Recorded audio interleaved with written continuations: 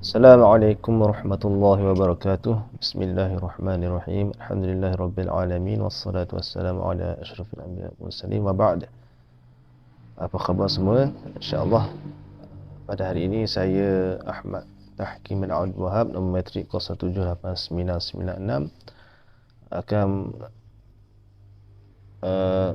membicarakan satu ulasan artikel bagi menyempurnakan tugasan bagi subjek sekolah dan masyarakat, kod subjek DWP 10302. Dan insyaAllah artikel yang saya pilih bertajuk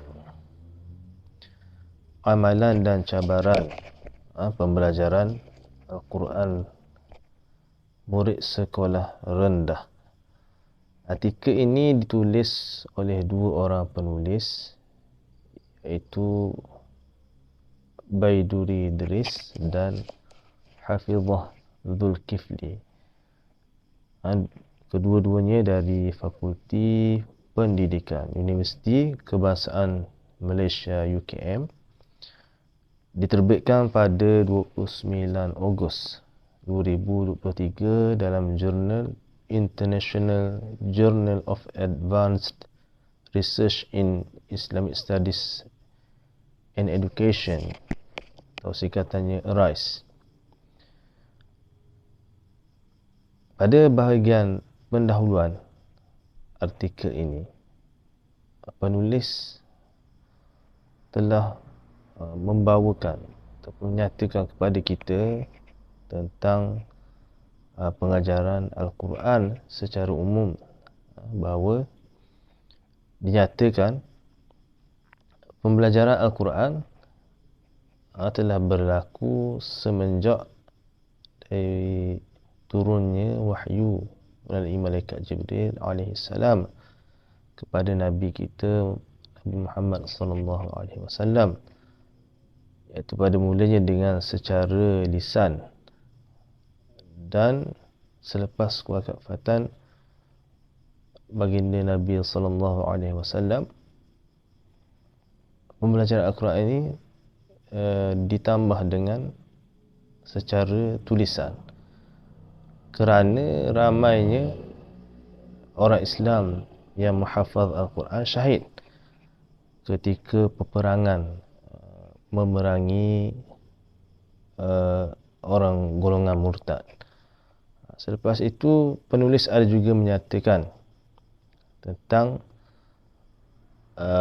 pembelajaran Al-Quran di sekolah rendah melalui program JQAF, Jawi Quran Bahasa Arab dan Fardul Ain, di mana program ini dijalankan di sekolah rendah bermula darjah 1 sehingga darjah 6, dan matlamatnya pelajar dapat khatamkan bacaan Al-Quran ketika berada pada darjah 6.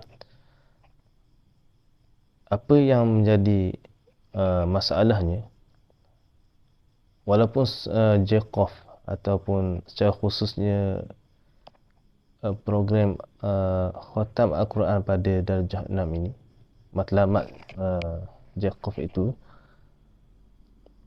ada masalah yang timbul, yang sering timbul, yang dinyatakan oleh penulis. Yang pertamanya, masih ada pelajar yang belum khatam ketika berada pada darjah 6, dan masih ada juga pelajar yang belum menguasai atau belum boleh membaca Al-Quran dengan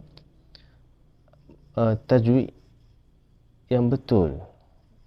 Maksudnya di sini tajwid yang mudah, bukan yang tajwid yang rumit-rumit. Dan seterusnya, penulis menyatakan objektif artikel ini ditulis, ada dua objektifnya, iaitu yang pertama, untuk mengenal pasti apakah amalan-amalan pembelajaran Al-Quran di kalangan atau dalam kalangan murid sekolah rendah sama ada di rumah ataupun di sekolah. Dan yang kedua, cabaran-cabaran yang dihadapi oleh murid, yang mana oleh sebab cabaran ini menyebabkan murid tidak dapat khatam Al-Quran pada darjah 6 dan tidak dapat menguasai hukum tajwid yang mudah. Jadi kita pergi kepada kajian amalan pembelajaran Al-Quran. Penulis menyatakan ada 3 kaedah ataupun amalan yang dijalankan.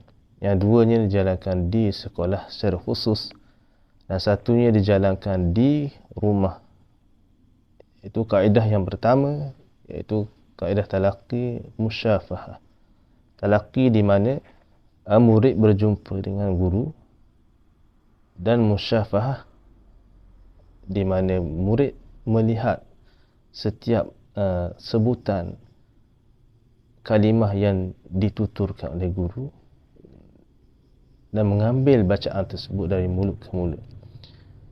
Yang kedua, kaedah yang kedua ataupun amalan yang kedua adalah tasmi', di mana murid memperdengarkan bacaan dan guru yang memperbetulkan. Dan murid akan mengulang-ulang bacaan dia sehinggalah guru berpuas hati. Dan yang ketiga, kaedah yang diamalkan iaitu kaedah pembelajaran abad yang ke-21, iaitu menggunakan teknologi maklumat seperti YouTube, media sosial seperti TikTok dan aplikasi yang terdapat dalam telefon pintar. Antara cabaran yang digariskan oleh penulis dalam pembelajaran Al-Quran murid sekolah rendah terdapat 6 cabaran. Yang pertamanya pengaruh persekitaran sosial, di mana jika keadaan persekitaran sosial yang tidak membantu, seperti keadaan rumah yang bising, tiada waktu jadual khusus untuk belajar Al-Quran di rumah, ini mengganggu belajar itu sendiri untuk belajar Al-Quran. Yang keduanya, sikap murid itu sendiri sebahagiannya mengambil sikap sambil lewa terhadap pelajaran Al-Quran. Yang seterusnya, yang ketiga, terdapat segelintir ibu bapa yang lebih mementingkan subjek akademik berbanding dengan subjek Al-Quran. Yang keempat, pengaruh rakan sebaya, iaitu bagaimana murid di sekolah rendah itu memilih rakan yang baik. Di mana rakan yang baik dapat mendorong mereka untuk minat baca Al-Quran. Dan yang kelima, kesan daripada pandemik COVID-19, di mana banyak pembelajaran Al-Quran dijalankan dalam talian atau atas talian, di mana ini memberi kesukaran kepada guru dan juga murid yang tidak mempunyai sistem atau peralatan yang lengkap. Dan yang terakhir sekali, akibat daripada lonjakan teknologi, di mana banyak aplikasi permainan yang wujud di dalam telefon pintar ataupun gadget, di mana murid lebih tertarik kepada permainan tersebut yang menyebabkan ketagihan dan mengabaikan atau tidak berminat dengan pembelajaran Al-Quran. Jadi akhirnya, dalam makalah atau artikel ini, penulis menggariskan 3 solusi. Yang pertamanya, peranan ibu bapa itu sendiri, di mana ibu bapa perlu menggalakkan pembelajaran Al-Quran bukan dari kecil, bahkan semasa anak berada di dalam kandungan lagi. Yang kedua, peranan guru, di mana guru perlu mempertingkatkan kemahiran pembelajaran abad ke-21 dengan mengintegrasikan teknologi maklumat supaya pembelajaran Al-Quran itu menjadi lebih menarik dan menjadikan pelajar tidak jemu atau bosan dengan pelajaran Al-Quran. Dan yang terakhir, iaitu peranan masyarakat, di mana masyarakat perlu memberi motivasi kepada golongan muda, terutamanya murid sekolah rendah, supaya minat akan pembelajaran Al-Quran. Dan peranan masjid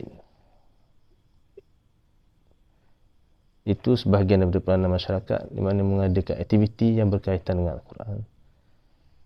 Di mana sabda Nabi ada maksud semula-mula kamu yang belajar Al-Quran dan mengajarkannya. Jadi itulah sedikit sebanyak ulasan ringkas daripada artikel yang telah saya pilih. Wallahu ta'ala a'lam. Assalamualaikum warahmatullahi wabarakatuh.